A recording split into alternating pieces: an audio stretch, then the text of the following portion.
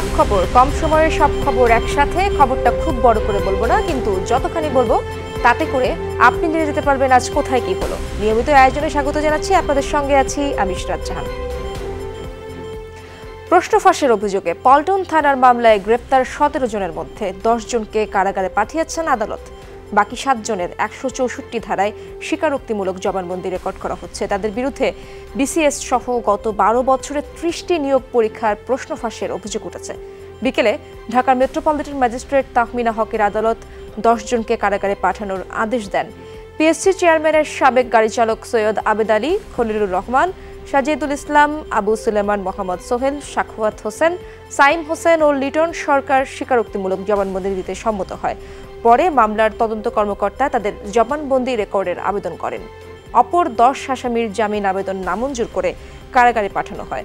তাদের মধ্যে আছেন পিএসসির উপপরিচালক আবু জাফর ও জাহাঙ্গীর আলম, সহকারী পরিচালক মোহাম্মদ আলমগীর কবির, এছাড়া নোমান সিদ্দিকী, প্রিয়নাথ রায়, জাহিদুল ইসলাম, শাহাদাত হোসেন, মামুনুর রশিদ, নিয়ামুল হাসান ও আবেদ আলীর ছেলে সৈয়দ সোহানুর রহমান সিয়ামকে কারাগারে পাঠানো হয়েছে। মামলায় আসামি পক্ষের আইনজীবী অভিযোগ করেন, পুলিশের হেফাজতে রেখেই কয়েকজন আসামিকে 164 ধারার স্বীকারোক্তি দিতে বাধ্য করা হয়েছে। তাদেরকে আইনজীবীর সাথে কথা বলার সুযোগ দেওয়া হয়নি।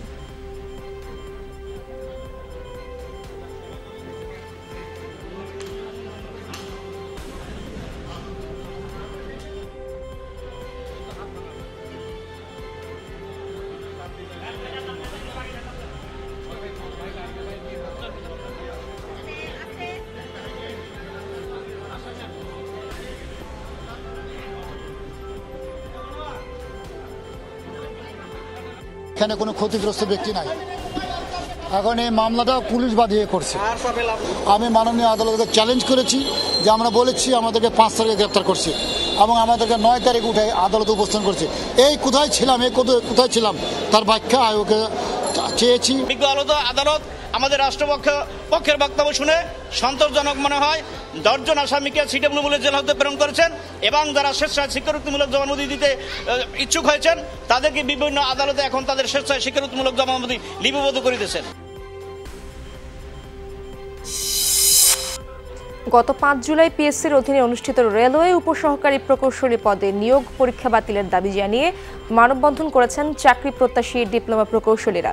মঙ্গলবার সকালে আগারগাঁওয়ে বাংলাদেশ সরকারি কর্ম কমিশনের সামনে বিক্ষোভ মিছিল করেন তারা। পরে সেখানে মানববন্ধন করে রেলওয়ের উপসহকারী প্রকৌশলী পদে নিয়োগ পরীক্ষা বাতিলের দাবি জানান তারা। এছাড়া এই প্রশ্ন ফাঁসে জড়িতদের আইনের আওতায় আনার দাবি সহ 3 দফা দাবি জানান আন্দোলনকারীরা। পরীক্ষা পদ্ধতি পরিবর্তনেরও দাবি তাদের।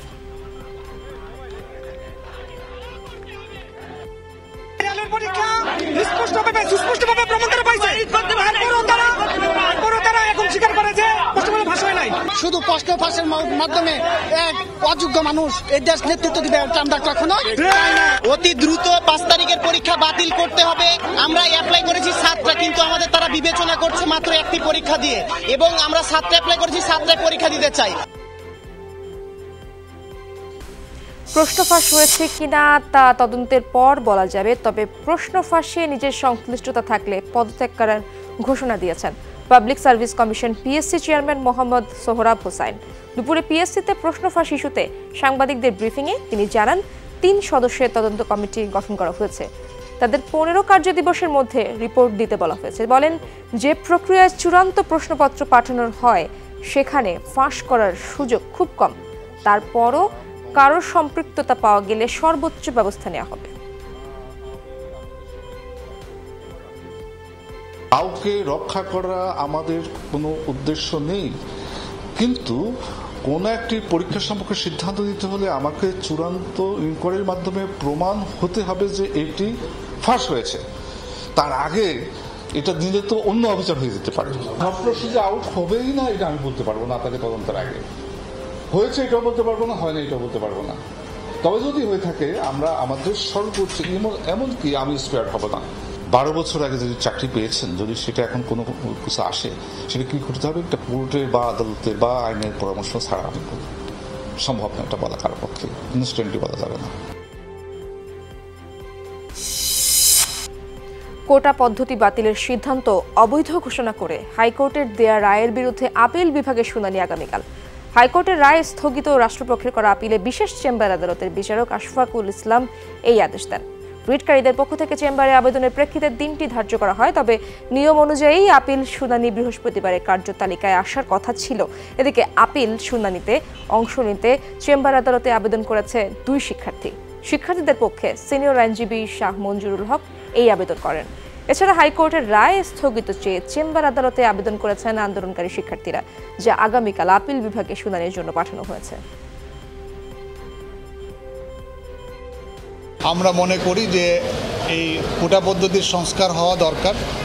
সেই ক্ষেত্রে হাইকোর্ট ডিভিশন যে আদেশ দিয়েছে, হাইকোর্ট ডিভিশনের সেই আদেশটি অ্যাপিলেট ডিভিশন অবশ্যই দেখবেন, যেহেতু আপিল ফাইল করা হয়েছে। আমরা যে আদেশটা চাচ্ছি যে এই অবস্থায় হাইকোর্ট ডিভিশনের আদেশটি অ্যাপিলেট ডিভিশন কর্তৃক জাস্টিফাই না হওয়া পর্যন্ত আমরা একটা স্থগিতাদেশ চেয়েছি আজকে। কোটা বাতিলের দাবিতে আজও কয়েক জেলায় সড়ক অবরোধ সহ বিক্ষোভ করেছেন আন্দোলনকারীরা। রাজশাহীতে বিক্ষোভ করেছেন শিক্ষার্থীরা। সকাল 11টা থেকে তারা রাজশাহী কলেজের সামনের রাস্তায় মিছিল করেন। এক পর্যায়ে সেখানেই বিক্ষোভ সমাবেশ শুরু করেন শিক্ষার্থীরা। তারা কোটা পদ্ধতির বৈষম্যমূলক ধারাগুলো বাতিলের দাবি জানায়। সরকারি চাকরিতে কোটা পদ্ধতির সংস্কার ও 2018 সালের পরিপত্র বহালের দাবি তাদের। যতক্ষণ পর্যন্ত কোটা সংস্কারের ঘোষণা করা না হবে ততক্ষণ পর্যন্ত আন্দোলন চালিয়ে যাওয়ার ঘোষণা তাদের। আন্দোলনের কারণে মহানগরীতে ব্যাহত হচ্ছে যান চলাচল। বেলা 3টার পর রাজশাহী, বরিশাল, চট্টগ্রাম সহ পাবলিক বিশ্ববিদ্যালয়ের শিক্ষার্থীরা তাদের কর্মসূচি যথারীতি পালনের ঘোষণা দিয়েছে। কেন্দ্র ঘোষিতভাবে যে কর্মসূচি তারা দিবে, আমরা সেটার সাথে একাত্মতা ঘোষণা করে এবং সমর্থন জানিয়ে তাদের মতো করে আন্দোলন সংগ্রাম চালিয়ে যাব। যতদিন না আমরা এর সমাধান পাই, এই আন্দোলন সফল হয়, আমরা ততদিন রাজপথে আছি। আমরা চাকরি চাই, আমরা দেশে থাকতে চাই, আমার যেখানে জন্ম আমি সেখানে মরতে চাই।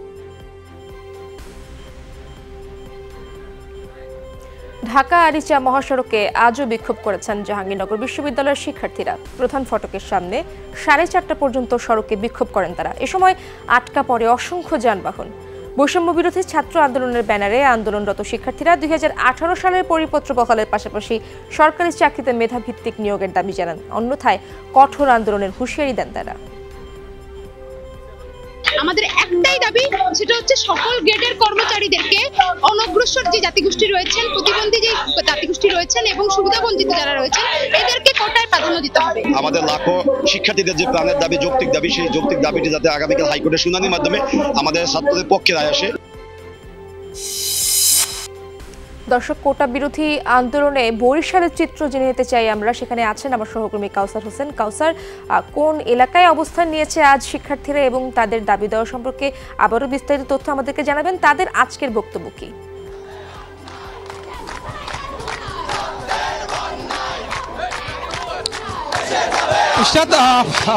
মেধার সর্বোচ্চ দাবিতে কিন্তু এখানকার যারা শিক্ষার্থীরা আছেন তারা কিন্তু অবস্থান নিয়েছেন এবং বিকেল থেকেই ঢাকা পটুয়াখালী যে সড়কটি রয়েছে সেই সড়কটি তারা অবরোধ করে রেখেছে এবং যে এই সড়ক থেকে যে যানবাহনগুলো চলাচল করে সেই যানবাহনগুলো কিন্তু চলতে পারছে না, যদিও যে জরুরি যে যানবাহনগুলো আছে অ্যাম্বুলেন্স থেকে শুরু করে সেই যানবাহনগুলো কিন্তু চলছে। এবং এখানে সড়ক অবরোধের পাশাপাশি যারা শিক্ষার্থীরা রয়েছেন তারা কিন্তু বিক্ষোভ করছেন এবং বিভিন্ন সময় বিভিন্ন দেশাত্মবোধক গান পরিবেশন করছেন এবং পাশাপাশি কিন্তু তারা সড়কে অগ্নিসংযোগ করেছেন এবং তারা বলছেন যে তাদের যে দাবি রয়েছে কোটা সংস্কারের, সেই দাবি মানতে হবে এবং দাবি না মানা পর্যন্ত তারা রাজপথ ছাড়বেন না এবং রাজপথে একের পর এক তারা আন্দোলন দিয়ে যাবেন এবং তারা লাগাতার আন্দোলনের কিন্তু হুমকি দিচ্ছেন এবং তারা বলছেন যে তারা যে দাবিগুলো করেছেন সেটি যৌক্তিক দাবি এবং ভবিষ্যৎ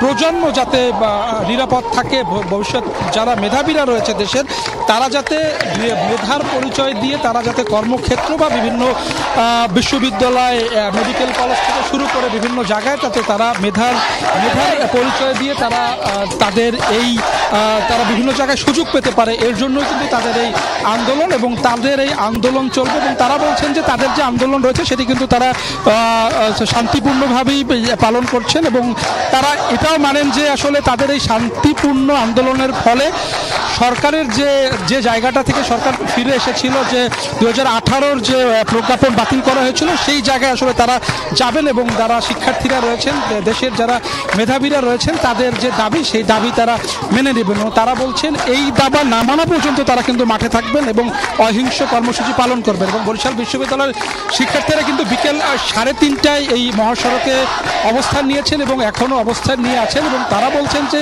যে এই সন্ধ্যার পরে তাদের একটি কর্মসূচি রয়েছে, মশাল মিছিল কর্মসূচি। তারা এই শান্তিপূর্ণভাবে একই কর্মসূচি পালন করতে চাচ্ছেন এবং তারা বলছেন যে এই যে আন্দোলন যতদিন চলবে তারা শান্তিপূর্ণভাবেই পালন করবেন, কারণ তারা যে আন্দোলন তাদের যে দাবি সেটি আসলে যৌক্তিক দাবি এবং যৌক্তিক দাবি আসলে এই যৌক্তিক দাবির জন্য তারা যে কোনো জ্বালাও পোড়াও কর্মসূচিতে যেতে চায় না। তারা বলছেন যে শান্তিপূর্ণভাবেই তাদের যে দাবি সেটি আদায় হবে এবং সরকার তাদের দাবি মেনে নিবে। ইশরাক, ধন্যবাদ আপনাকে। মঙ্গলবার কোটা প্রথা সংশোধনের দাবিতে প্রথমবারের মতো সরব বুয়েট শিক্ষার্থীরাও ক্যাম্পাসে মানববন্ধন করেছেন। তারা দাবি তুলেছে কোটা সংস্কারের। সকালে বৈষম্য বিরোধী নানা ফেস্টুন ও ব্যানার নিয়ে বিশ্ববিদ্যালয়ের প্রধান ফটকের সামনে জড়ো হয় বুয়েট শিক্ষার্থীরা। বিভিন্ন বিভাগ থেকে ব্যানার নিয়ে তাতে যোগ দেন আন্দোলনের পক্ষে থাকা আরও শিক্ষার্থী। বুয়েট শহীদ মিনারের সামনে মানববন্ধন করেন তারা। এ সময় চলমান আন্দোলনের সাথে একাত্মতা প্রকাশ করে সুযোগের সমতা নিশ্চিতের দাবি জানান শিক্ষার্থীরা।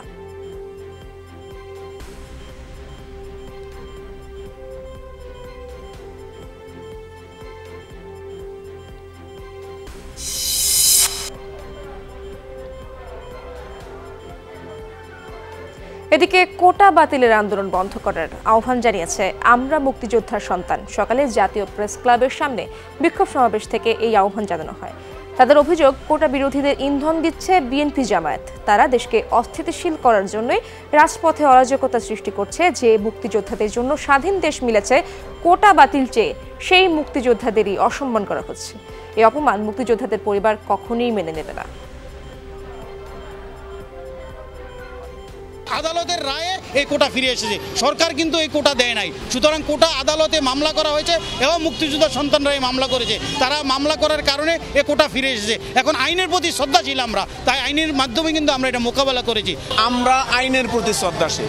ওনারা যদি ওনাদের বক্তব্য থাকে, ওনারা মাননীয় মহামান্য সুপ্রিম কোর্টের অ্যাপিলেট ডিভিশনে ওনাদের বক্তব্য স্থাপন করতে পারে।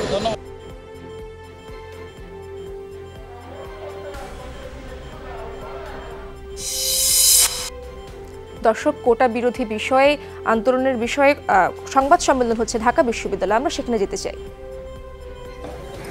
প্রথমে যদি আমরা একটু প্রেক্ষাপটটি বলি, 2018 সালের কোটা সংস্কার আন্দোলনের ভিত্তিতে মাননীয় প্রধানমন্ত্রী শেখ হাসিনা সংসদে বাংলাদেশের সরকারি চাকুরিতে প্রথম এবং দ্বিতীয় শ্রেণীতে সকল ধরনের কোটা বাতিল করার স্পষ্ট একটি বক্তব্য দেন। এর পরিপ্রেক্ষিতে একটি পরিপত্র জারি করা হয়, যার মাধ্যমে 2018 সাল থেকে এ পর্যন্ত বাংলাদেশের সকল ধরনের সরকারি চাকুরিতে প্রথম এবং দ্বিতীয় শ্রেণীতে কোনো কোটা ছিল না। কিন্তু মুক্তিযোদ্ধা পরিবারের একজন সন্তানের রিটের ভিত্তিতে 2024 সালের 5 জুন মহামান্য হাইকোর্ট 2018 সালের সেই রায়টিকে অবৈধ ঘোষণা করে। অর্থাৎ সেই 5 জুন থেকে 2018 সালে যে পরিপত্রটি ছিল সেটি আসলে অবৈধ হয়ে যায়। অর্থাৎ এই যে 56% কোটা ছিল 2018 সালের পূর্বে, সেটি আবার সরকারি চাকুরিতে বহাল হয়ে যায়। এরই পরিপ্রেক্ষিতে বাংলাদেশের ছাত্র সমাজ, চাকুরি প্রত্যাশী এবং সাধারণ জনগণ বিক্ষুব্ধ হয় এবং আমরা একটি কোটার সংস্কারের জন্য আবারও আন্দোলন গড়ে তুলি। বৈষম্য বিরোধী ছাত্র আন্দোলনের ব্যানারে আমরা ইতিমধ্যে 10 দিন রাজপথে বিভিন্ন সময় আমাদের দাবি নিয়ে রাজপথে থেকেছি। এবং আপনারা জানেন যে এই আন্দোলনটি যেহেতু বাংলাদেশের প্রত্যেকটি তরুণ সমাজের যারা রয়েছেন এবং চাকরি প্রত্যাশী রয়েছেন তাদের প্রাণের দাবি, সে কারণে এই 10 দিনের রাজপথের সময়ের মধ্যে এই আন্দোলনটি বাংলাদেশের প্রত্যেকটি বিভাগ, প্রত্যেকটি জেলার যে শিক্ষা প্রতিষ্ঠানগুলো রয়েছে, বিশ্ববিদ্যালয় কলেজগুলো রয়েছে, সেগুলোতে ছড়িয়ে পড়েছে। এবং আমরা বিশ্বাস করি যেহেতু এটি যৌক্তিক এবং সকলের প্রাণের দাবি, তাই আমাদের যে এক দফা এক দাবি রয়েছে সেটি অতি দ্রুত বাংলাদেশের প্রত্যেকটি জেলা এবং শিক্ষা প্রতিষ্ঠানে ছড়িয়ে পড়বে এবং আমরা রাজপথে ততক্ষণ থাকবো যতক্ষণ আমাদের এই যৌক্তিক দাবিগুলো মেনে না নেওয়া হয়। এ পর্যায়ে আমাদের মাঝে আমাদের এই সংবাদ সম্মেলনে কিছু জায়গা ক্লিয়ার করবেন, আমাদের অবস্থানের জায়গাগুলোর ক্লিয়ারিফিকেশন দিবেন আমাদের এই বৈষম্য বিরোধী ছাত্র আন্দোলনের অন্যতম একজন সমন্বয়ক হাসনাত আব্দুল্লাহ।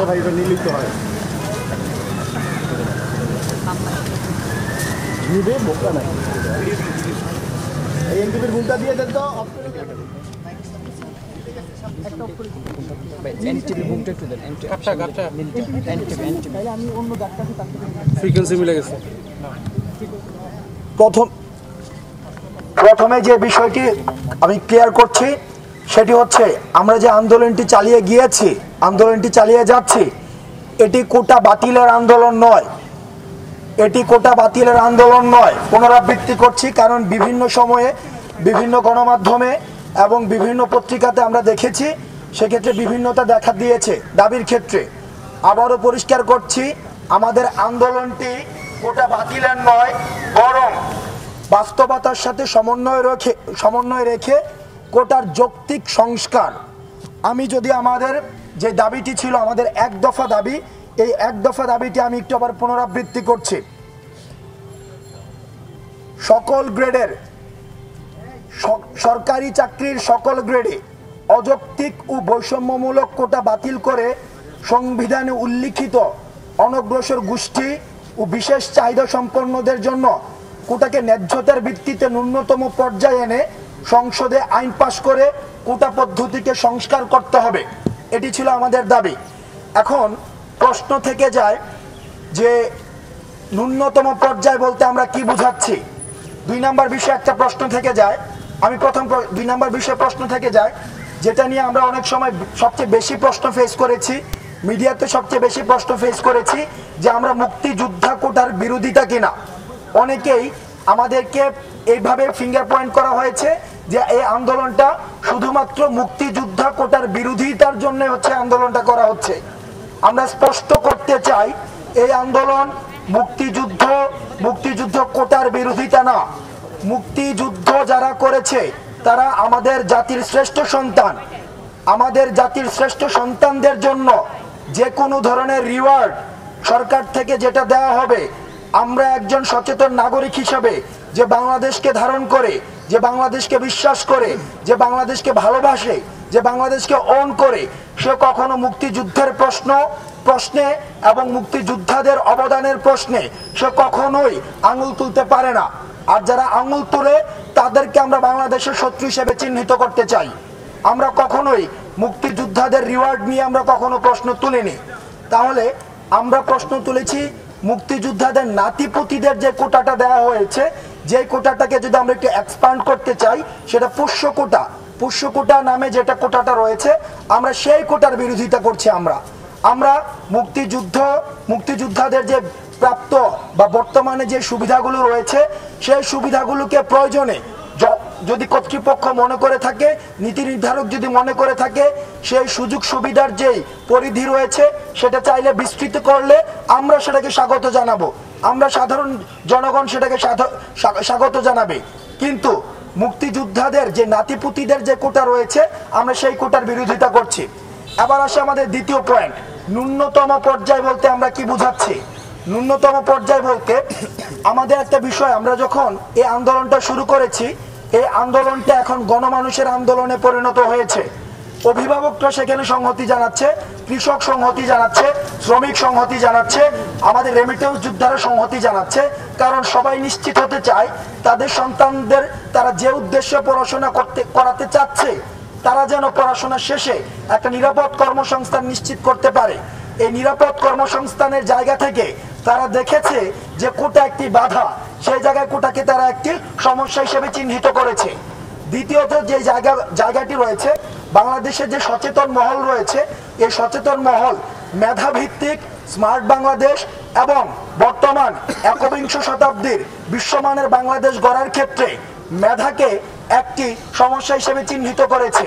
তৃতীয়ত আমরা দেখেছি গত 2 দিন আগে বুয়েটের শিক্ষক সমিতি একটি বিবৃতি দিয়েছে যে কোটা পদ্ধতিতে যদি বুয়েটে সেখানে হচ্ছে শিক্ষার্থীকে ভর্তি করা হয় তাহলে বুয়েটের স্ট্যান্ডার্ড ফল করার সম্ভাবনা রয়েছে। এই জায়গা থেকে আমরা নিশ্চিত হতে পারি যারা সচেতন মহল রয়েছে, যারা হচ্ছে বাংলাদেশ নিয়ে ভাবেন, যারা নীতি নির্ধারণী পরিষদের সাথে রয়েছেন, আমরা বিশ্বাস করতে চাই তারাও বিশ্বাস করেন কোটা পদ্ধতি, কোটা যখন মেধাকে অতিক্রম করে যায় তারাও বাংলাদেশের স্ট্যান্ডার্ড ফল করার তারাও সন্দেহ করেন এবং সেটা নিয়ে দুশ্চিন্তা করেন। সেই জায়গা থেকে কোটারতে কাদেরকে অন্তর্ভুক্ত করা যায় আমরা নীতি নির্ধারকদের সাথে কথা বলেছি, আমরা স্টেক হোল্ডারদের সাথে কথা বলেছি, আমরা শিক্ষক পর্যায়ের মানুষদের সাথে কথা বলেছি, আইনজ্ঞদের সাথে কথা বলেছি, আমরা আপনাদের রিপোর্টগুলিকে আমরা পর্যালোচনা করেছি, আমরা টিভি টক শো এই বিষয়গুলিকে পর্যালোচনা করে আমরা দেখেছি যে কোটা শুধুমাত্র প্রতিবন্ধীদের ক্ষেত্রে, ক্ষুদ্র নিগোষ্ঠীদের ক্ষেত্রে এবং মুক্তিযোদ্ধাদের সন্তানদের ক্ষেত্রে প্রযোজ্য হতে পারে। অর্থাৎ এই 3 ক্ষেত্র ছাড়া আর যে কোটা রয়েছে সেই কোটাগুলোকে অযৌক্তিক এবং বৈষম্যমূলক হিসেবে বিবেচিত করা হচ্ছে। সেই জায়গাগুলো থেকে এখন প্রশ্ন আসে কোটা কত % হওয়া উচিত। আমরা যখন প্রত্যেকটি স্টেক হোল্ডারদের সাথে আমরা আলোচনা করেছি, পর্যালোচনা করেছি, সব জায়গা থেকে আমরা যে বিষয় বিশেষ করে স্টুডেন্ট পাস, আজকে যদি আপনারা সোশ্যাল মিডিয়াতে বা আমরা যখন এই বিষয়গুলো নিয়ে কাজ করছিলাম মিডিয়াতে, সোশ্যাল মিডিয়াতে, বিশেষ করে ঢাকা বিশ্ববিদ্যালয়, চট্টগ্রাম বিশ্ববিদ্যালয়, জাহাঙ্গীরনগর বিশ্ববিদ্যালয়, রাজশাহী বিশ্ববিদ্যালয়গুলোতে থেকে আমাদেরকে প্রতিনিয়ত আমরা দেখেছিলাম ফিল্ড অ্যাসেসমেন্টে যেটা এসেছে 5% কোটা, সেটা হচ্ছে ন্যূনতম এবং যৌক্তিক পর্যায়। কারণ আমরা আমাদের নির্বাহী বিভাগ বা আমাদের সরকার যে মেধাভিত্তিক এবং হচ্ছে স্মার্ট বাংলাদেশ স্বপ্ন দেখে, সেই স্মার্ট বাংলাদেশ বিনির্মাণের নেতৃত্বের মধ্যে মেধাকেই হচ্ছে প্রধান প্রায়োরিটি দেওয়া উচিত বলে আমরা বিশ্বাস করি। পিছিয়ে পড়া সহ সকলকে নিয়েই বাংলাদেশ এগিয়ে যাবে, সকলের জন্য মঙ্গলজনক সমাধানের বিষয়ে প্রধানমন্ত্রী সজাগ আছেন জানিয়েছেন শিক্ষামন্ত্রী মুকিবুল হাসান চৌধুরী।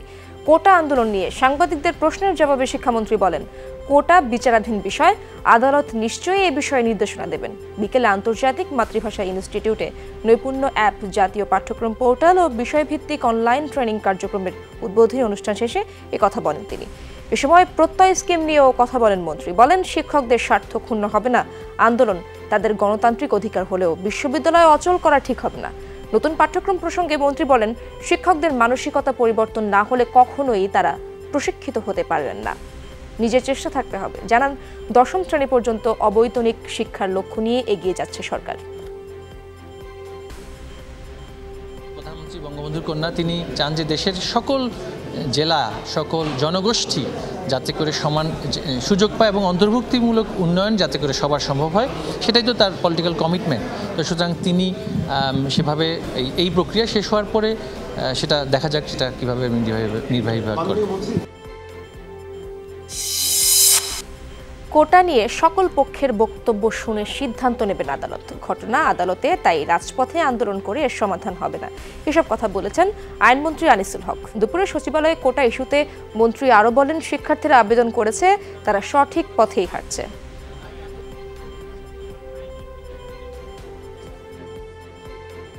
কোটার ব্যাপারের যে ইস্যুটা সেটা এখন সর্বোচ্চ আদালতের কাছে আছে, তো এবং সর্বোচ্চ আদালত সেখানে সিদ্ধান্ত নেবে। তারা সকল পক্ষকে শুনে, ঘটনা ঘটছে আদালতে, যদি রাজপথে এখানে আন্দোলন করে বা চেঁচামেচি করে বা বকাবাদ্য করে এটার কিন্তু নিরসন হবে না। কোটা বিষয়ক আন্দোলনের ছাত্রলীগ বা আইন শৃঙ্খলা বাহিনী যেন উস্কানি না দেয় সে বিষয়ে নির্দেশনা দিয়েছেন প্রধানমন্ত্রী শেখ হাসিনা, জানিয়েছেন আওয়ামী লীগ সাধারণ সম্পাদক ওবায়দুল কাদের। সকালে বঙ্গবন্ধু এভিনিউতে আওয়ামী লীগের যৌথ সভায় বক্তব্য রাখেন তিনি। জানান, অরাজনৈতিক এই আন্দোলনের ফায়দা তুলে যেন কেউ দেশকে অস্থিতিশীল করতে না পারে সে বিষয়ে সবাইকে সতর্ক থাকতে হবে। কোটা সংস্কার নিয়ে আজ কোনো কর্মসূচি না দেয়ায় আন্দোলনরত শিক্ষার্থীদের ধন্যবাদ জানান তিনি। কথা বলেন পেনশন আন্দোলন নিয়েও, জানান বিশ্ববিদ্যালয় শিক্ষকদের সমস্যা অচিরেই সমাধান হয়ে যাবে। আমরা যে যাই করি এটা জনদুর্ভোগের কারণ যাতে সৃষ্টি না হয় সেভাবে আন্দোলনকারীদের অবশ্যই তাদের সতর্ক মনোযোগ আমরা আশা করছি।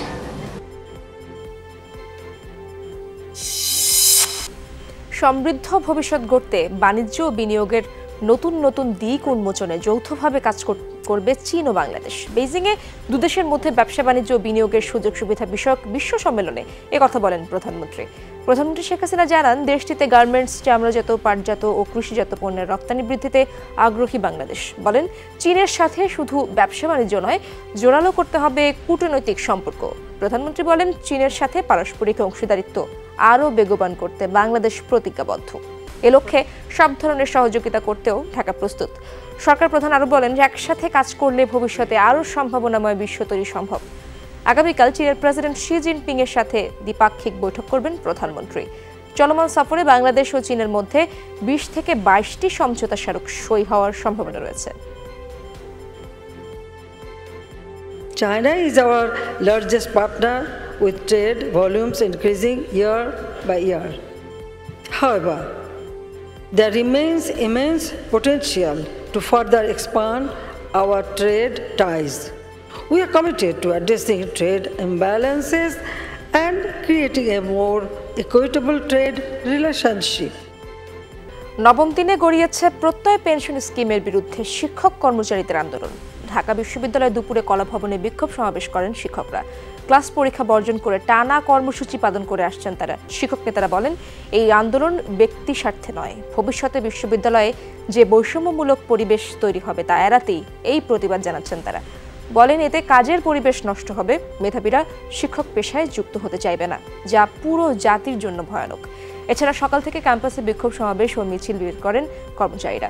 তারা বলেন, প্রচলিত পেনশন তো বটেই, বিমার চেয়েও কম সুবিধা প্রত্যয় স্কিমে। এদিকে শিক্ষার্থীরা বলেন, ক্লাস পরীক্ষা বন্ধ থাকায় অনিশ্চিত জটের মধ্যে পড়তে যাচ্ছেন তারা। আহ্বান জানান দ্রুত সংকট সমাধানের। 40টি বিশ্ববিদ্যালয় চলছে, হাজার হাজার ছাত্রের ভবিষ্যৎ অনিশ্চিত, শত শত পরীক্ষা, কোর্স বন্ধ।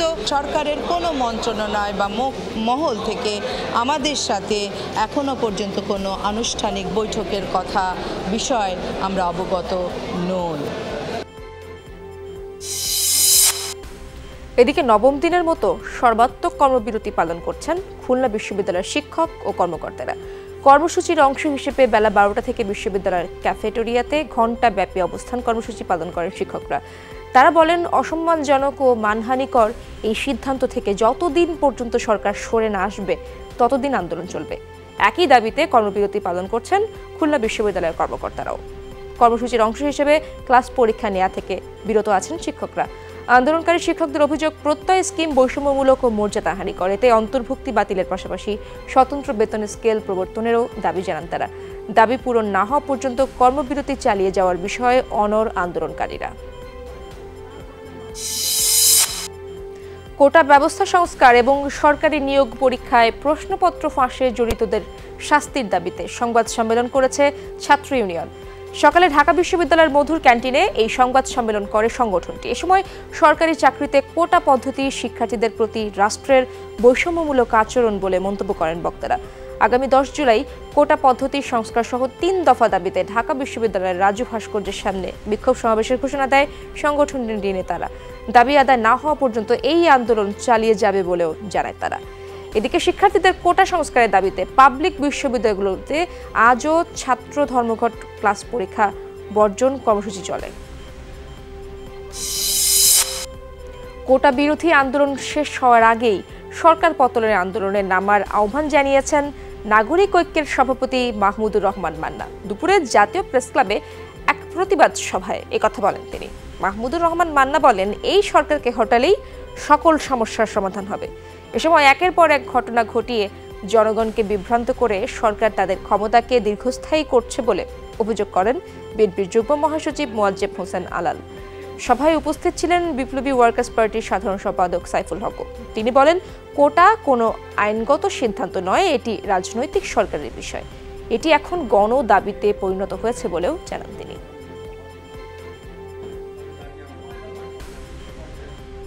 বাংলাদেশের জনগণকে চেতনানাশকের মতো একের পর এক আঘাত দিয়ে, বোবা করে, বিকলাঙ্গ করে দিয়ে তারা তাদের ক্ষমতার আসনকে দীর্ঘস্থায়ী করছে। এত বড় ব্লকের ছাত্রদের দামে কেন কোটার সাম্য চাই, যা চলছে সেটা বন্ধ চাই, সম্পূর্ণ দাবির সাথে আমরা একাত্ম ঘোষণা করি।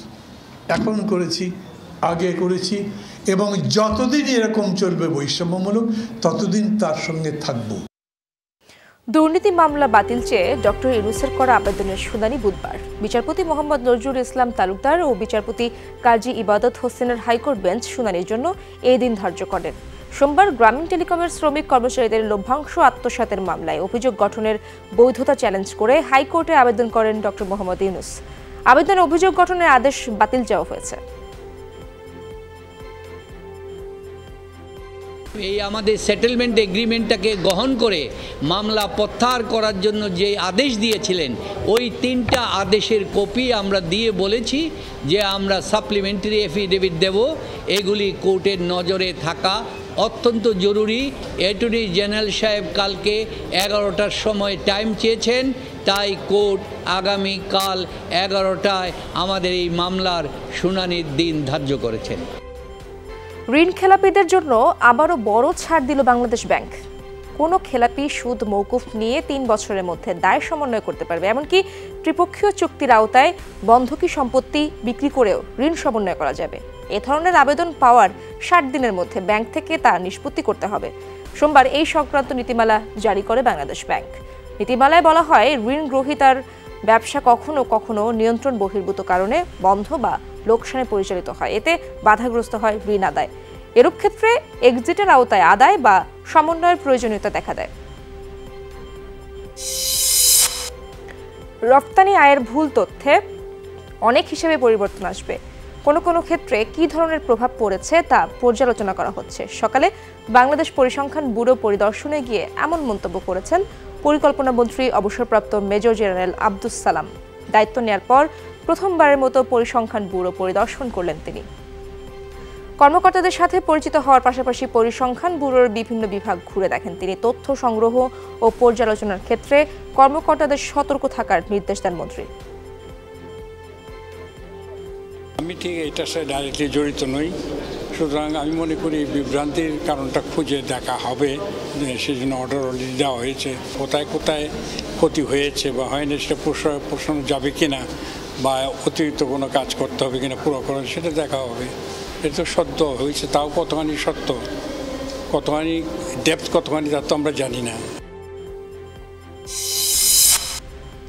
সরকারি বেসরকারি চাকরিজীবীদের পিতৃত্বকালীন ছুটি দেওয়ার জন্য কেন নীতিমালা করা হবে না জানতে চেয়ে রুল জারি করেছেন হাইকোর্ট। এ সংক্রান্ত এক রিটের শুনানি শেষে মঙ্গলবার বিচারপতি নাইমা হায়দার ও বিচারপতি কাজী জিনাত হকের হাইকোর্ট বেঞ্চ এই রুল জারি করেন। মন্ত্রিপরিষদ সচিব, জনপ্রশাসন মন্ত্রণালয়ের সচিব ও আইন মন্ত্রণালয়ের সচিব সহ সংশ্লিষ্টদের এই রুলের জবাব দিতে বলা হয়েছে। সেই সাথে আগামী 3 মাসের মধ্যে নীতিমালা করার বিষয়ে অগ্রগতি প্রতিবেদন দিতে বলা হয়েছে। বিশ্বের 78টির বেশি দেশে ইতিমধ্যে পিতৃত্বকালীন ছুটি আছে। এমনকি আমাদের নেইবারহুড কান্ট্রিগুলো, ইন্ডিয়া, ভুটান, পাকিস্তান, শ্রীলঙ্কা, সেই দেশগুলোতেও আছে। তো আমাদের দেশে কেন নয়? তো শুনানিতে সন্তুষ্ট হয়ে মাননীয় বিচারপতিগণ এই মর্মে রুল ইস্যু করেছে। বিনা অনুমতিতে এমনকি নির্বাহী প্রকৌশলীর সই জাল করে নগরীর সড়ক কাটছে ওয়াসা। যা নিয়ে ক্ষোভ প্রকাশ করেছেন ঢাকা দক্ষিণ সিটি কর্পোরেশনের মেয়র শেখ ফজলে নূর তাপস। সকালে রাজধানীর আজিমপুরে নবনির্মিত আধুনিক মার্কেটের দোকান হস্তান্তর অনুষ্ঠানে এমন ক্ষোভের কথা জানান দক্ষিণের মেয়র। বলেন, ভরা বর্ষা মৌসুমে নিষেধাজ্ঞা অমান্য করে এভাবে সড়ক খোঁড়াখুড়ির কারণে নগরবাসীকে পড়তে হচ্ছে চরম ভোগান্তিতে। ব্যবস্থা নিতে মন্ত্রণালয়ে লিখিত অভিযোগ জানানো হবে বলে জানান তাপস। ঠিকাদারদের কালো তালিকাভুক্ত করার কথাও বলেন মেয়র। আমরা চাই সমন্বয় করতে, কিন্তু এরকম ন্যাক্কারজনক, দুঃখজনক, অনাকাঙ্ক্ষিত কার্যক্রমে যদি কেউ লিপ্ত হয় তাহলে সমন্বয়ের আসলে কোনো সুযোগ নেই। আমরা কঠোর ব্যবস্থা নিব। ঢাকা শহরকে এভাবে কেটে খুঁড়ে আমাদের ঢাকাবাসীর সমস্যা, দুঃসহ সমস্যার সৃষ্টি আমরা করতে দিতে পারি না। ক্ষমতা টিকিয়ে রাখতে দেশ বিক্রি করে দিচ্ছে সরকার, এমন অভিযোগ করেছেন বিএনপি মহাসচিব মির্জা ফখরুল ইসলাম আলমগীর। বিকেলে নয়াপল্টনে বিএনপি চেয়ারপারসন খালেদা জিয়ার রোগ মুক্তি কামনায় মিলাদ মাহফিলে এই অভিযোগ করেন তিনি। মির্জা ফখরুল বলেন, সরকারের পতন ঘটলেই মুক্তি পাবে দেশ, গণতন্ত্র ও খালেদা জিয়া। এই সময় দলের শীর্ষ নেতারা অভিযোগ করেন, সরকারের ফ্যাসিবাদী আচরণের কারণেই মুক্তি মিলছে না খালেদা জিয়ার।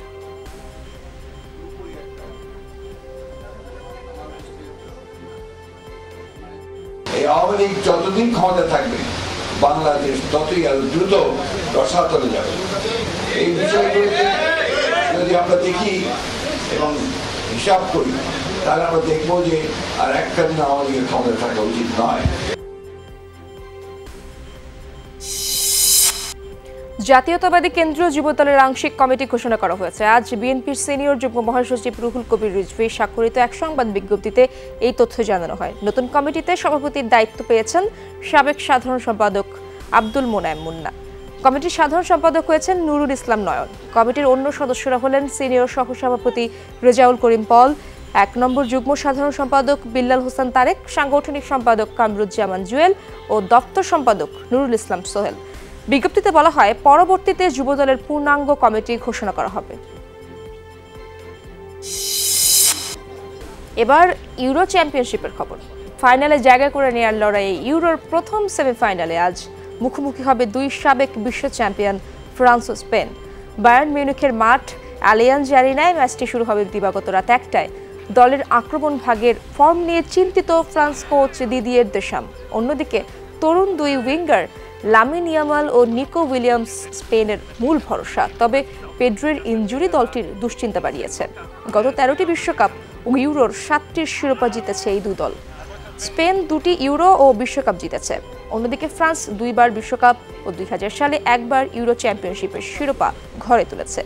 চলতি আসরে 11 গোল করে এখনো পর্যন্ত সর্বোচ্চ গোল করার কৃতিত্ব স্পেনের। এ পর্যন্ত 5 ম্যাচের সবকটিতেই জয়ী হয়েছে লা রোজারা। ফ্রান্সের সমস্যা আক্রমণ ভাগ।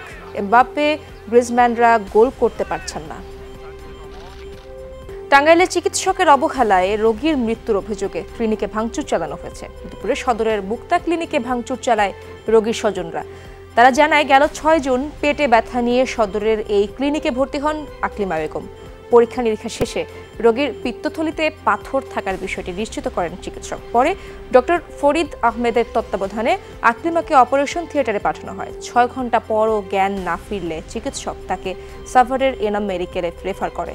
সেখানেই আইসিইউতে সকালে রোগীর মৃত্যু হয়। স্বজনদের অভিযোগ, মুক্তি ক্লিনিকের চিকিৎসকদের গাফিলতিতেই মৃত্যু হয়েছে আকলিমার। খবর পেয়ে পরিস্থিতি নিয়ন্ত্রণে আনে পুলিশ। বগুড়া শহরে নারুলি এলাকা থেকে নিখোঁজ একই পরিবারের 7 জনকে রাঙামাটি থেকে উদ্ধার করেছে পিবিআই। সোমবার সন্ধ্যায় রাঙামাটির চেয়ারম্যান পাড়া থেকে তাদের উদ্ধার করা হয়। গত 3 জুলাই কাউকে কিছু না বলে একই পরিবারের ওই সদস্যরা বগুড়া শহর থেকে নিখোঁজ হন। পিবিআই জেলা পরিদর্শক জানায়, নিখোঁজদের মধ্যে ছিলেন ফাতেমা বেগম, তার ছেলে বিক্রম আলী, ছোট মেয়ে রুনা খাতুন, বড় মেয়ে রুবি বেগম এবং তার কন্যা বৃষ্টি খাতুন ও 2 যমজ ছেলে হাসান হোসেন। ফাতেমার স্বামী আব্দুর রহমান এই ঘটনায় সদর থানায় সাধারণ ডায়েরি করেন। উদ্ধার হওয়া ফাতেমা ও রুবি বেগম জানান, অভাব অনটনের কারণে প্রায়ই স্বামীরা কটু কথা শোনাতো, করত মানসিক নির্যাতন। তাই স্বাবলম্বী হওয়ার উদ্দেশ্যে তারা বাড়ি ছাড়েন। আইনি প্রক্রিয়া শেষে উদ্ধারকৃতদের পরিবারের কাছে হস্তান্তর করা হবে। ফাতেমার স্বামী অ্যান্ড রুমির স্বামীর অনুমতি ব্যতীত তাদের অগোচরে মনের ক্ষোভে তারা চলে যায় 3 তারিখে। যাওয়ার পর তার যে হাজব্যান্ড উনি বাসায় এসে জানতে পারে যে তারা বাসায় নেই। তারপরে খোঁজাখুঁজি করে পরে ওনারা 6 তারিখে সদর থানায় একটা জিডি করে। চাঁপাইনবাবগঞ্জে আওয়ামী লীগ নেতা আব্দুস সালাম সহ জোড়া খুনের ঘটনায় আরও 4 জনকে চট্টগ্রাম থেকে গ্রেপ্তার করেছে পুলিশ। দুপুরে সংবাদ সম্মেলন করে পুলিশ। তাদের দেয়া তথ্যে সোমবার রাতে ও মঙ্গলবার সকালে শিবগঞ্জ উপজেলার চোরবোড়া এলাকায় অভিযান চালায় পুলিশ। উদ্ধার করা হয় 38টি ককটেল। উদ্ধারের পর ককটেলগুলোর বিস্ফোরণ ঘটানো হয়েছে। এছাড়া মাটিতে পুঁতে রাখা বস্তা ভর্তি 13টি দেশি অস্ত্র উদ্ধার করা হয়। গেল 27 জন জেলার শিবগঞ্জ উপজেলার রানীহাটি এলাকায় নয়ালা ভাঙা ইউনিয়ন আওয়ামী লীগের সাধারণ সম্পাদক ও জেলা পরিষদ সদস্য আব্দুস সালাম এবং তার সহযোগী স্কুল শিক্ষক আব্দুল মতিনকে হত্যা করা হয়। এই ঘটনায় আব্দুস সালামের স্ত্রী ফেরদৌসী বেগম হত্যা মামলা দায়ের করেন। এই মামলায় চেয়ারম্যান আশরাফের স্ত্রী সহ এখন পর্যন্ত 11 জনকে গ্রেফতার করেছে পুলিশ। আসামিদের স্বীকারোক্তি মোতাবেক আমরা জানতে পারি নয়লাভাঙ্গা ইউনিয়নের ঢোরবোনা গ্রামস্থ এই স্ট্রবেরি বাগান এবং কবরস্থানের পাশে কবরস্থানের ভিতরে তাদের এই কিলিং অপারেশনে যে সকল ককটেল এবং অন্যান্য আলামত আছে সেই সকল জিনিসগুলো পাওয়া যেতে পারে। মানিকগঞ্জের শিবালয়ে যমুনার ভাঙন থেকে ঘর বাড়ি রক্ষায় জরুরি ভিত্তিতে জিও ব্যাগ ফেলার কাজ শুরু হয়েছে।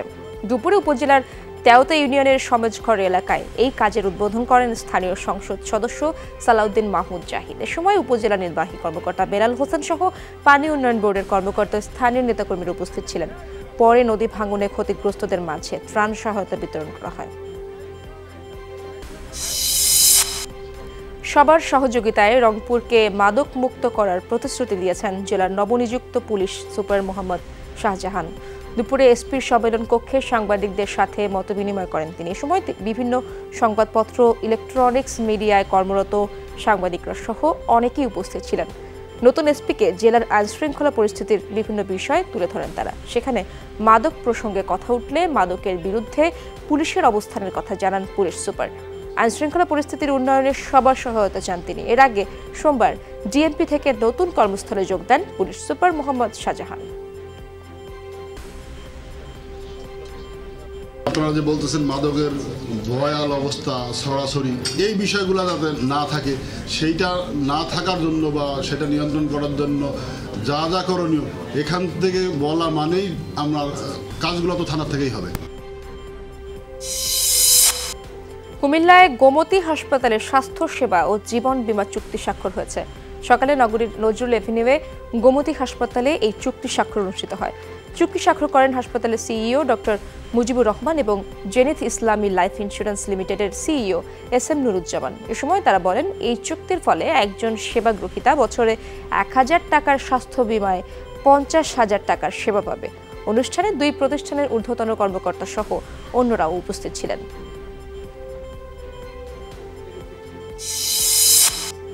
নিরাপত্তা বাহিনী বিচ্ছিন্নতাবাদী পাল্টাপাল্টি গুলি বিনিময়ে আবারও উত্তেজনা তৈরি হয়েছে ভারত নিয়ন্ত্রিত কাশ্মীরে। 48 ঘন্টার মধ্যে দ্বিতীয়বারের মতো হামলার শিকার ভারতীয় সেনাবাহিনী। সোমবার কাঠুয়ায় বিচ্ছিন্নতাবাদীদের হামলায় প্রাণ হারিয়েছেন কমপক্ষে 5 সেনা, আহত আরও 5 জন। ভারতীয় গণমাধ্যম বলছে, হামলার পেছনে পাকিস্তান ভিত্তিক সংগঠনকে দায়ী করছে কেউ কেউ। নরেন্দ্র মোদীর রাশিয়া সফর নিয়ে কড়া বার্তা দিল যুক্তরাষ্ট্র। মার্কিন পররাষ্ট্র মন্ত্রণালয় জানিয়েছে, গুরুত্বপূর্ণ মিত্র ভারতীয় প্রধানমন্ত্রীর মস্কো সফরে উদ্বিগ্ন ওয়াশিংটন। ইউক্রেনে চালানো রুশ আগ্রাসনকে কেন্দ্র করেই এই বার্তা। এদিকে মস্কোয় ভ্লাদিমির পুতিনের সাথে সৌজন্য সাক্ষাৎ করেছেন মোদি।